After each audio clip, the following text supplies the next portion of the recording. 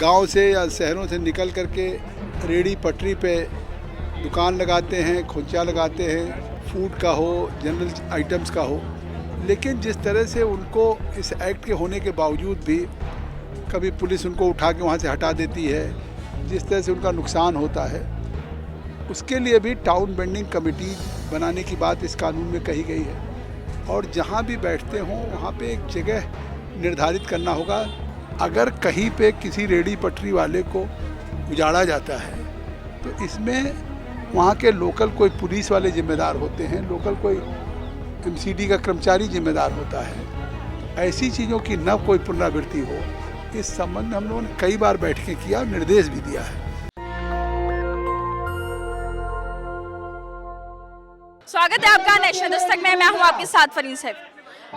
इस वक्त मैं मौजूद हूं जंतर मंतर में। जिस तरह से रेहड़ी पटरी के लिए लोग लगातार अपना प्रदर्शन कर रहे हैं कि उनको रेहड़ी पटरी जो हटाई गई है उसके लिए नई जगह दी जाए, रोजगार दिया जाए। एमसीडी वाले परेशान कर रहे हैं, पुलिस वाले परेशान कर रहे हैं, लेकिन कोई भी सुनने के लिए तैयार नहीं है। इन्हीं सब मुद्दों पर हम बात करेंगे जगदम्बिका पाल से, जो यहाँ पर आए हैं लोगों की समस्याएं सुनने के लिए। भाजपा सरकार से उनका ताल्लुक है, उनसे बात करेंगे कि सरकार आपकी है, एमसीडी आपकी है, प्रशासन आपका है, तो लोगों को परेशानी क्यों हो रही है। जो स्ट्रीट वेंडर्स एक्ट 2014 पारित हुआ है, जिसमें कि हमारी सरकार ने काफ़ी इनको एक प्रोटेक्शन दिया है, क्योंकि स्ट्रीट वेंडर्स वही हैं जो देश के किसी शहरों में गांव से या शहरों से निकल करके रेहड़ी पटरी पे दुकान लगाते हैं, खोंचा लगाते हैं, चाहे मतलब फूड का हो, जनरल आइटम्स का हो। लेकिन जिस तरह से उनको इस एक्ट के होने के बावजूद भी कभी पुलिस उनको उठा के वहाँ से हटा देती है, जिस तरह से उनका नुकसान होता है, उसके लिए भी टाउन बेंडिंग कमेटी बनाने की बात इस कानून में कही गई है। और जहाँ भी बैठते हों वहाँ पे एक जगह निर्धारित करना होगा। चाहे वो दिल्ली हो तो म्यूनिसिपल कमिश्नर्स को करना है, जो हमारी एमसीडीज हैं, या राज्यों की राजधानी हो तो वहाँ के म्यूनिसिपल कमिश्नर्स हों, या नगर पालिका में ओसी हों, एग्जीक्यूटिव ऑफिसर्स हों, महापालिकाएं हों, और उनकी रेगुलर बैठक होनी चाहिए टाउन बेंडिंग जोन में, जो टाउन बेंडिंग कमेटी बनती है। इसमें हम लोगों ने उस एक्ट के मुताबिक काफ़ी रिकमेंडेशंस किया है, और इनके लिए पहली सरकार है नरेंद्र मोदी की, जिसने 2014 में आते ही इनके लिए कानून बनाने का काम किया है। लेकिन अभी भी दिल्ली में जिस तरीके से इन लोगों के साथ होता है, आए दिन शिकायतें आती हैं कि बरसों से कोई किसी जगह पे रेहड़ी पटरी की दुकान लगा रहा है और दिन भर मेहनत कर रहा है, उसको वहाँ से उजाड़ देते हैं। तो इस संबंध में है, तो निश्चित तौर से भविष्य में इस तरह की पुनरावृत्ति ना हो, तो उस रिकमेंडेशंस में भी है। और आगे अगर इनकी टाउन बेंडिंग कमेटीज़ की बैठक रेगुलर होती रहे, जिसमें 40% हाकर्स के भी रिप्रेजेंटेटिव्स रहेंगे, ऑफिसर्स भी रहेंगे, एमपी एमएलएज भी रहेंगे, तो निश्चित तौर से जो इनका शोषण है वो बंद होगा। तो आज उसी सिलसिले में ये लोग थे, इन्होंने बुलाया था, मैं आज भी आया हूँ, और हमने बहुत अच्छी रिकमेंडेशंस दी है, जो पार्लियामेंट में हमने उसको प्लेस कर दिया है, और हमें उम्मीद है कि उस रिकमेंडेशंस पे भी आगे अमल होगा। सर, भारतीय जनता पार्टी का तो पूरा कब्जा है एमसीडी पर। लगातार हॉकर्स शिकायत करते हैं कि परेशान किया जाता है, ये किया जाता है। तो 14 का बना कानून अब तक मतलब पूरी तरह से इम्प्लीमेंटेशन नहीं हो पाया। देखिए, सवाल इसमें भारतीय जनता पार्टी का नहीं है, सवाल किसी पार्टी का नहीं है कि कानून जब हमने इनेक्ट कर दिया है तो ये कानून लागू करने का काम प्रशासन का है, जैसे हमने कहा टाउन बेंडिंग कमेटीज का। तो अब कई राज्यों ने तो इसको लागू भी नहीं किया था, तो इसको लागू कराने का काम हम लोगों ने कई बार मीटिंग बुलाई और लोगों से कहा। और आज भी अगर कहीं पे किसी रेहड़ी पटरी वाले को उजाड़ा जाता है तो इसमें वहाँ के लोकल कोई पुलिस वाले जिम्मेदार होते हैं, लोकल कोई एमसीडी का कर्मचारी जिम्मेदार होता है। तो ऐसी चीज़ों की न कोई पुनरावृत्ति हो, इस संबंध में हम लोगों ने कई बार बैठकें किया और निर्देश भी दिया है।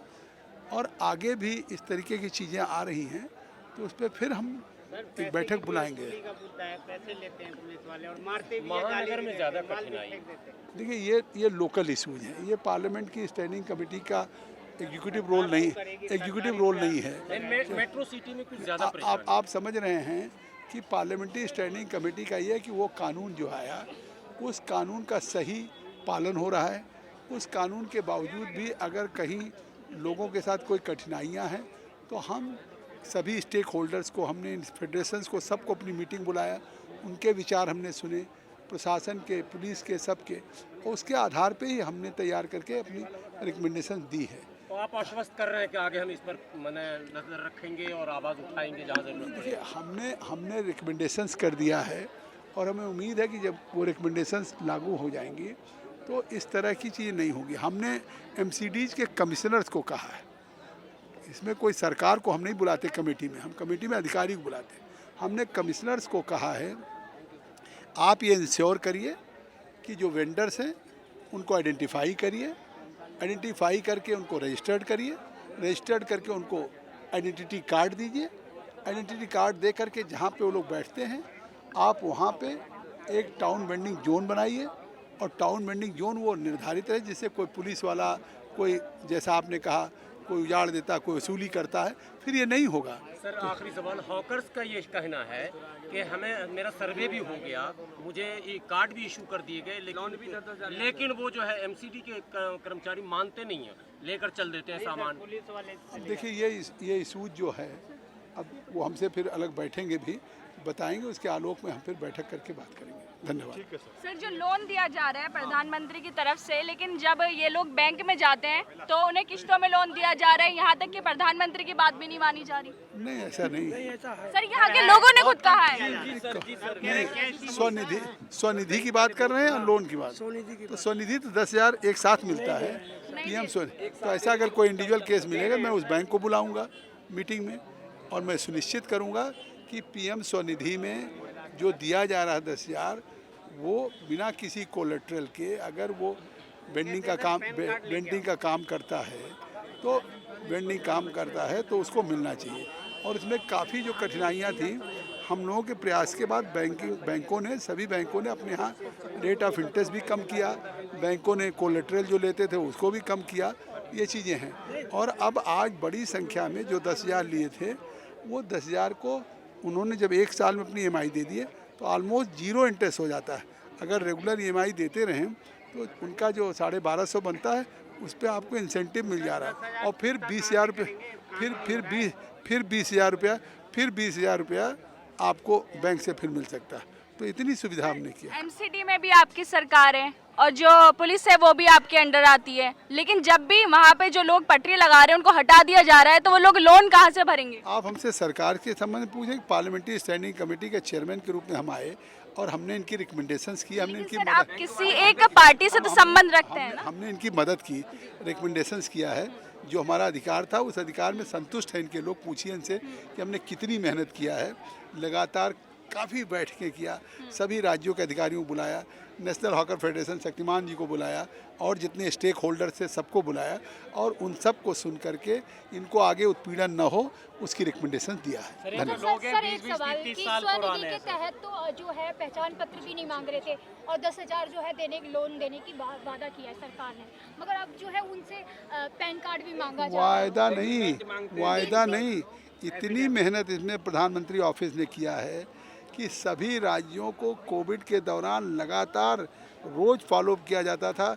आपने आज कितना दिया, हर बैंकों से पूछा जाता था आपने कितने लोन अप्लाई किया, कितने लोगों को आपने सैंक्शन किया, कितना डिस्पर्स किया। ये कमेटी भी ये काम करती रही है। और अगर किसी को रिजेक्ट कर रहे हैं, क्यों कर रहे हैं, पहले छोटी छोटी बातों में रिजेक्ट कर देते थे, ऐसा तो आज वो सारी चीज़ें दूर हो गई हैं।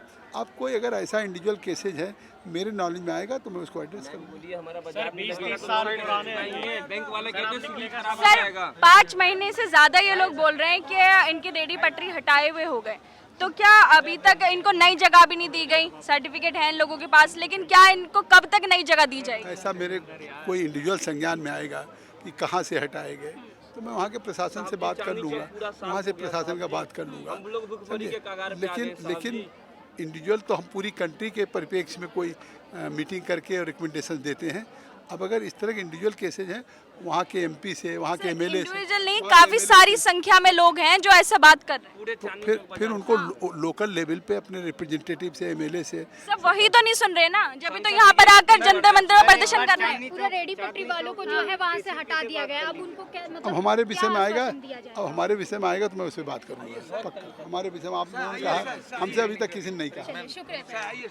ये थे हमारे साथ जगदम्बिका पाल, जिनको आप जानते होंगे कि 17वें मुख्यमंत्री भी रहे हैं उत्तर प्रदेश के, और फिलहाल भाजपा से जो वेंडर कमेटी बनाई गई है उसको देख रहे हैं किस तरह से जो, लेकिन सवाल अभी भी यही उठ रहा है, जो लोग हटाए गए हैं, रेडी पटरी जिनकी हटा दी गई है, उन लोगों को लोन भी दिया जा रहा है, लेकिन वो लोन कहाँ से भरेंगे जब उनके 5 महीने से ज्यादा हो गए हैं। जिस तरह से कोरोना आया, महामारी आई, बेरोजगारी बढ़ रही है, लोगों के पास रोजगार नहीं है, ऐसे रेडी पटरी हटा दिया जाना क्या उन लोगों के ऊपर ये जुल्म नहीं है? जिनके पास खाने को भी नहीं है तो वो लोग लोन कहाँ से भरेंगे? यहाँ तक कि लोन लेने में भी उन्हें परेशानियां आ रही हैं, उनके घर का खर्चा नहीं चल रहा। तो ऐसे में सरकार अभी तक क्या कर रही है? मैं वहीं सैफी कैमरे में आशिर के साथ नेशनल दस्तक के लिए। नेशनल दस्तक की आपसे गुजारिश है कि अगर इसको बचाना चाहते हैं तो नेशनल दस्तक को सब्सक्राइब करने के लिए रेड कलर के सब्सक्राइब बटन को दबाएं, फिर बेल आइकन की घंटी दबाएं। नेशनल दस्तक को बचाने के लिए बहुत जरूरी है कि हर खबर को शेयर करें, लाइक करें, कमेंट जरूर करें।